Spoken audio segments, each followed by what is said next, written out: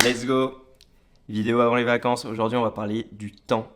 Le temps, cette ressource si précieuse et à la fois si fragile qu'on gâche pour la plupart si facilement. Quand tu as commencé à entreprendre, je suis sûr que tu t'es dit, je vais être libre, je vais avoir du temps, je vais pouvoir faire ce que je veux, allouer mon temps là où j'ai envie de l'allouer. La réalité, c'est que ça, c'est ce que tu te dis au début, quand tu n'as pas fait 1 euro, quand tu as fait 10 000 euros par mois, puis après quand tu fais 20 000 euros par mois, et quand tu commences à faire plusieurs millions d'euros par an, tu as toujours le même sujet de comment est-ce que tu alloues au mieux ton temps, comment est-ce que tu t'organises pour éviter de gaspiller cette ressource. Et quand je dis gaspiller, c'est parce qu'on ne se rend pas compte, mais il y a plein de moments dans la journée, on scrolle 10 minutes sur le téléphone, on se lève, on va prendre un café, on regarde le vide, j'en passe, où on perd notre temps.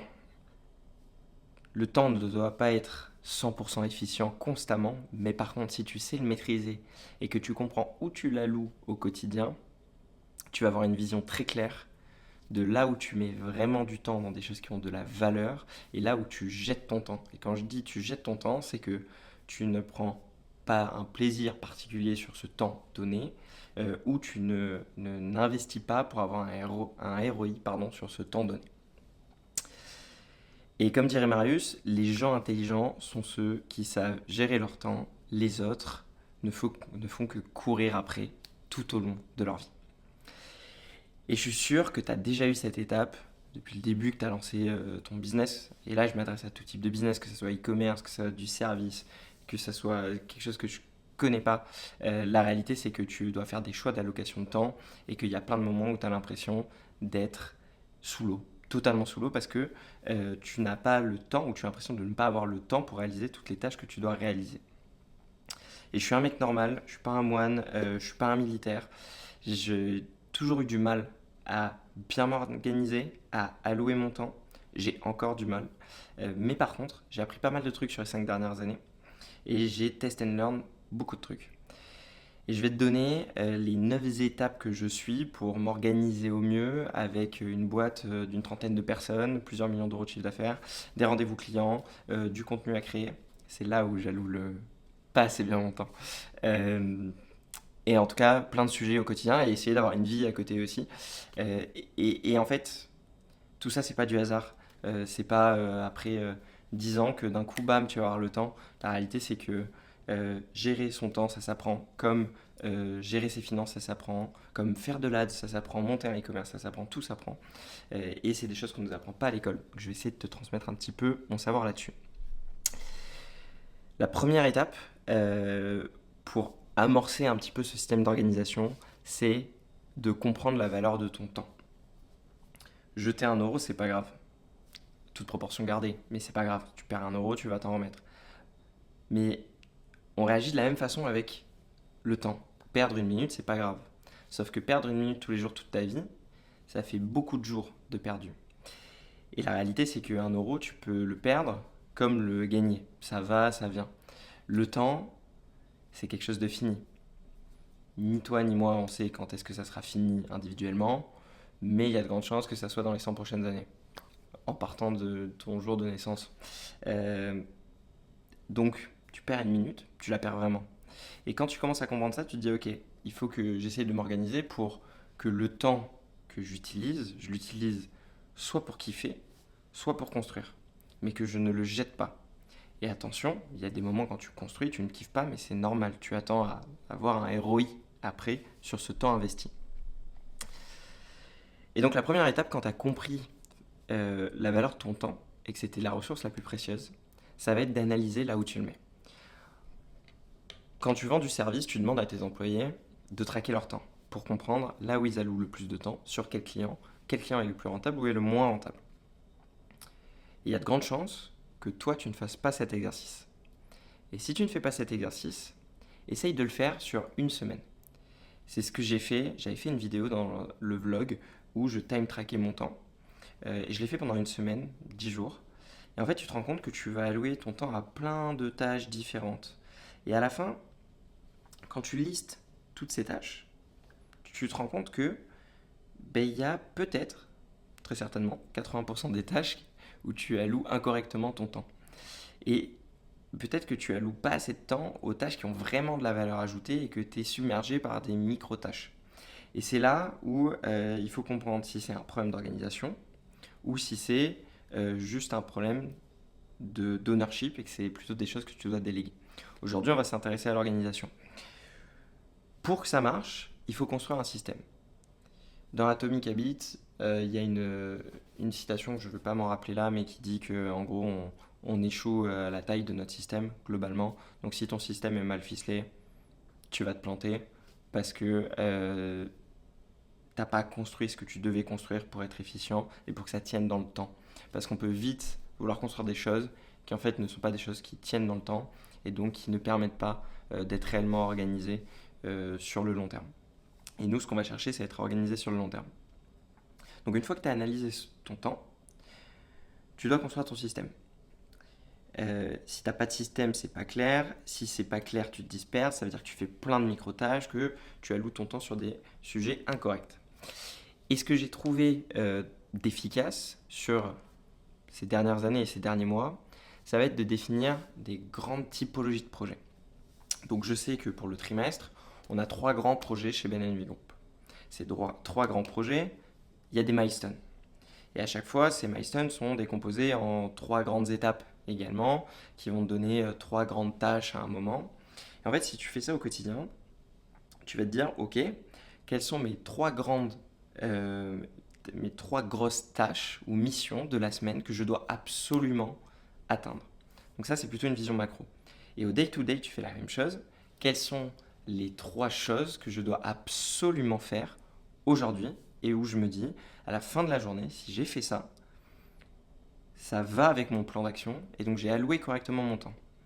Il se peut que ces 3 choses, elles te demandent moins de temps que prévu et que tu aies plus de temps disponible. Donc c'est ce que Marius appelle les should do et les must do. Donc les must do, c'est ce que tu as fait ces 3 grandes tâches. Et si tu as un peu de temps, tu vas faire les should do. Et ça, c'est un truc qui marche bien parce que ça t'oblige à avoir une to-do list très courte et très claire. Quand tu as 3 choses à faire, tu sais pertinemment ce que tu dois faire. Tu n'as pas besoin de revenir tout le temps sur ta to-do et de regarder une liste ultra longue qui en plus peut créer un peu d'anxiété. Et donc, tu choisis ces 3 choses et tu essayes de les dérouler dans ta journée. Le mieux pour ça, c'est de le faire la veille. J'ai remarqué que si tu le fais la veille au soir et que tu te dis, ok, quelles sont les 3 choses que je dois faire demain, tu vas pouvoir mieux planifier ta journée en mettant des blocs de temps. Alors moi, j'utilise du time blocking, ce qui te permet de te dire, j'ai ces 3 étapes qui devraient me prendre 1 heure chacune, 2 heures chacune. C'est à toi d'estimer le temps en amont. Et tu te bloques du temps dédié. Et surtout du temps en continu. Parce que quand tu commences à mettre 20 minutes par-ci, puis en fait tu vas faire un call, 20 minutes par-là et tu vas refaire un call, le temps que ton cerveau passe d'une tâche à une autre, tu vas créer de la fatigue mentale, tu vas avoir du mal à te focus, tu vas perdre du temps. Donc, 3 choses importantes, planifier en avance avec du time blocking. Le time blocking, tu peux même en faire de manière récurrente. C'est ce que j'ai commencé à faire par exemple pour la création de contenu.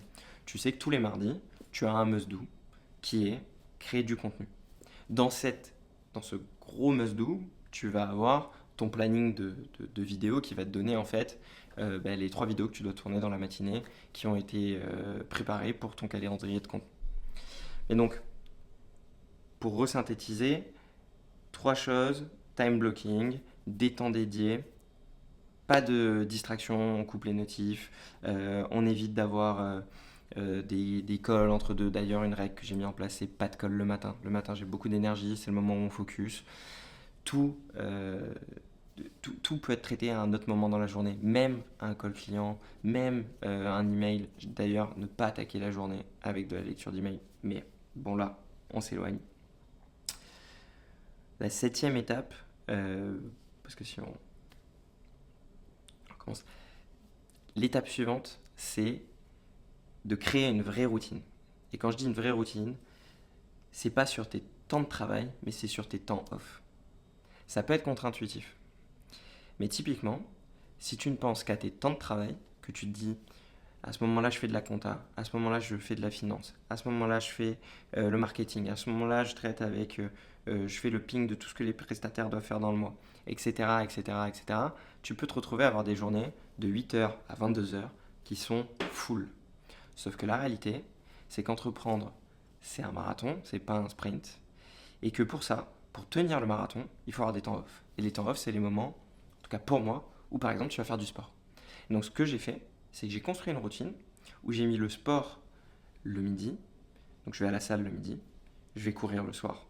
J'ai des créneaux horaires dédiés que je ne dépasse pas, sauf vraiment, mais vraiment exception, mais 99% du temps, je ne déplace pas ces créneaux. Je vais à la salle, je vais courir et je construis autour en fonction de mon rythme de vie. Et j'essaye d'avoir un équilibre, entre guillemets, qui me permet de me sentir en forme dans mon corps, dans mon esprit, et qui va me permettre d'être efficient quand je mets des blocs de temps. Et une autre règle, c'est d'être intransigeant avec soi-même sur les moments dédiés. Tu as organisé ta journée, ce moment, tu dois être focus. Tu ne peux pas avoir mis un temps de deep focus sur le plan marketing et être sur ton téléphone, aller discuter à droite à gauche, etc. Parce que bien évidemment que ce temps-là, il ne va pas être efficient. Tu ne vas pas tu vas pas mettre le focus nécessaire pour réaliser ton must-do dans le temps imparti. Donc, c'est un contrat avec toi-même. Ce moment, il est dédié. Il faut que je bosse et il faut que je réalise mon must-do. Par contre, si tu as été ultra focus, que tu arrives à avancer ta tâche mais que tu n'arrives pas à la finaliser, c'est ok. Tu as le droit d'avoir sous-estimé le temps passé. Et dans ce cas-là, tu réorganises ta journée. C'est aussi le but de le faire au day-to-day, c'est d'être ultra flexible pour te dire, ok, en fait j'avais 3 must-do, j'en ai fait 2, j'ai avancé le troisième, pour X ou Y raison, je me note pourquoi, donc moi j'ai un post-mortem sur Notion, pourquoi est-ce que j'ai pas réussi à le faire. Et le lendemain, je réalloue ma journée, je regarde s'il y a un must-do qui peut être moins prioritaire, tant qu'à la fin de la semaine, j'ai réalisé l'entièreté des tâches. Et pour être sûr d'avoir réalisé l'entièreté des tâches, j'ai mis en place une weekly review. Le lundi, je jette tout sur un carnet de tout ce que je dois faire, enfin plutôt le dimanche en réalité, et je me mets mes 3 must-do lundi, mardi, mercredi, en sachant que jeudi, vendredi, il y en a d'autres, mais ils risquent d'être peut-être un peu décalés. Et je fais une autre weekly review le vendredi. Et le vendredi, je regarde, je me dis, ok, est-ce que j'ai réussi à faire toutes ces tâches? Oui, oui, oui. Et je me mets une petite note, est-ce que ces tâches apportaient réellement de la valeur à la boîte? Mon focus, c'est qu'est-ce qui apporte de la valeur. Quand je le fais, qu'est-ce qui apporte de la valeur? Quand je vais sur Penny Lane et que je ping les factures, ça apporte pas vraiment de valeur, je peux le délayer, c'est d'ailleurs des choses qu'on fait, bref, c'est pas le sujet, mais globalement, il faut que tout ce que je fais ait un impact à moyen ou long terme sur la boîte. Il faut que je sois persuadé que ça ait un impact. Si c'est à court terme, je le vois très vite, mais il faut que je sois persuadé que le reste ait un impact. Et en fait, tu te rends compte, au début, quand tu fais tes weekly reviews, que tu as mis des must-do par rapport un peu à ton paradigme précédent. Et ce sont des choses qui n'apportaient pas de valeur. Tu as passé beaucoup de temps dans ta semaine à des choses qui n'apportaient pas réellement de la valeur. Et petit à petit, en faisant tes weekly reviews, en te posant la question, en te disant est-ce que vraiment j'ai apporté de la valeur? Pourquoi est-ce que j'ai fait cette tâche? Et bien en fait, tu te rends compte que tu as mis ton focus au mauvais endroit. Et c'est comme ça que tu te réalignes avec ton plan macro. Et d'ailleurs, dans ma weekly review, j'ai la vision des 3 projets du trimestre et il faut que je les atteigne. Et j'ai même encore plus loin mes 3 objectifs de l'année et j'essaye de vérifier au fur et à mesure, de manière un peu inconsciente, si les projets que je fais dérouler au mois ou au trimestre m'aident vraiment à atteindre mon objectif annuel. J'ai notamment un objectif d'EBITDA à suivre, donc ce qui me demande de retravailler les ressources, des réallocations, des changements de budget. Et ça, c'est un truc que j'essaye de suivre au mois le mois. Et quand je fais des tâches toutes les semaines et que je me rends compte qu'il y en a qui sont liées à la finance, j'essaye de voir si dans une vision un peu plus macro, ça rejoint mon objectif annuel ou pas. Et donc, là où je voulais en venir, je te donne vraiment des grandes idées parce qu'il y a beaucoup de vidéos où on te dit fais ça comme ça, fais ci comme ça. La réalité, c'est que l'organisation, elle va dépendre un petit peu de ce que tu préfères. Typiquement, Marius aime beaucoup bosser le soir à 20h. Peut-être que toi, pas du tout, tu préfères à 6h. Et du coup, tes blocs de temps, tu vas les faire différemment. Peut-être que c'est anxiogène pour toi de devoir bosser, de devoir organiser la veille les 3 tâches et que tu vas le faire le matin. Peu importe. Mais globalement, ce qu'il faut retenir, c'est qu'il faut un système qui est simple, qui te soit personnalisé. Typiquement moi avec mes créneaux pour le sport, mais ça peut être toi avec tes autres passions, ta famille, d'autres choses. Mais un système que tu peux tenir dans la durée. Si tu l'apprécies, tu vas tenir dans le temps. Si pour toi c'est dur, c'est douloureux, sur le long terme, ça ne marchera pas. C'est comme pour n'importe quel sport, si tu commences trop vite, trop fort, tu vas te dégoûter. Et bien là, c'est pareil en termes d'organisation. Mais par contre, une fois que tu es organisé, c'est game changer. Donc, trouver un système, faire des choses simples. On veut tout le temps, tout le temps, tout le temps complexifier. Fais des choses simples. 3 projets, 3 tâches, des blocs de temps, une to-do, ou n'importe quel autre système qui est simple et qui te convient. Et tu vas commencer à maîtriser ton temps. Et tu vas te rendre compte que tu apprécies plus ce que tu fais au quotidien, que tu alloues ton temps correctement et donc tu as plus de satisfaction personnelle parce que tu as l'impression de vraiment avoir fait quelque chose qui était pertinent pour toi, pour ta boîte, pour ton projet. Et tu vas enlever un petit peu ce brouillard mental que tu peux avoir parce qu'on l'a tous connu, en tout cas moi je l'ai beaucoup connu, où tu arrives et tu dis waouh, j'ai plein de trucs, mais qu'est-ce que je dois faire? En fait, ça passe par l'organisation. Et je te dis pas que ça va être tout beau tout le temps. Il y a des moments où ça saute, tu as un déplacement, un truc, un imprévu, quelqu'un de malade. Mais en fait, dans 90% du temps, tu vas faire des choses avec conscience, avec intention, et tu vas aller beaucoup plus vite, tu vas gagner en vélocité. J'espère que ce genre de sujet te plaît. Pour rappel, je fais ces formats bruts pour exprimer ma pensée d'entrepreneur. Ça fait 5 ans que j'ai Benenvic, mais ça fait plus de 5 ans que j'entreprends. J'ai commencé à 19 ans. Et je te partage un petit peu tous mes learnings. Comme tout le monde, tu vas m'écouter ou écouter n'importe quel autre entrepreneur, mais tu vas faire les mêmes erreurs à des moments, c'est normal, ça fait partie du jeu. En tout cas, profite de tes vacances et j'espère que ça t'a plu. Ciao, ciao.